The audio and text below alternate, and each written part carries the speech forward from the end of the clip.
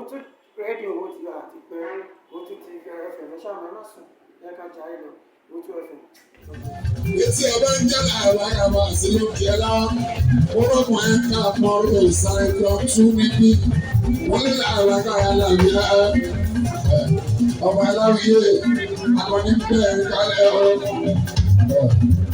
Àwọn méjèèjì olùsọ̀fọ̀ wọ́n ní yunifásitì ní wá. Àṣọ yunifásitì òkè Òṣùpá.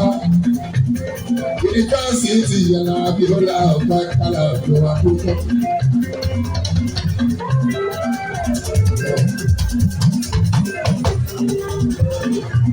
Ìlànà ìyàwó èmi ọ̀dàlá bí ọ̀dọ̀ àjẹjọ́.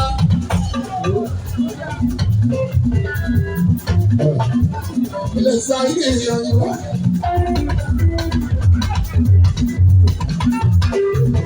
Ọjọ́ ìgbésẹ̀ ọ̀nà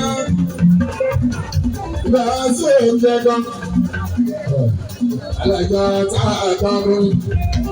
Ọdún gbogbo wá sí àwọn èèyàn jagunjagun. Àwọn àfáà ńláńlá àti kí wọ́n bẹ̀ ní kálẹ̀. Àwọn èèyàn pàtàkì. Wọ́n bẹ̀ ní kálẹ̀. Àwọn tó wọ́n láti Ìbàdàn.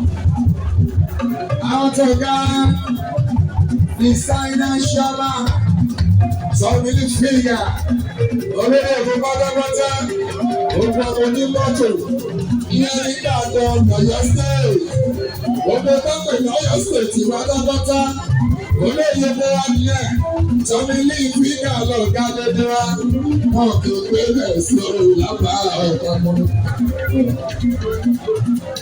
Ẹ̀kọ́ ìfàlẹ̀ ìwé.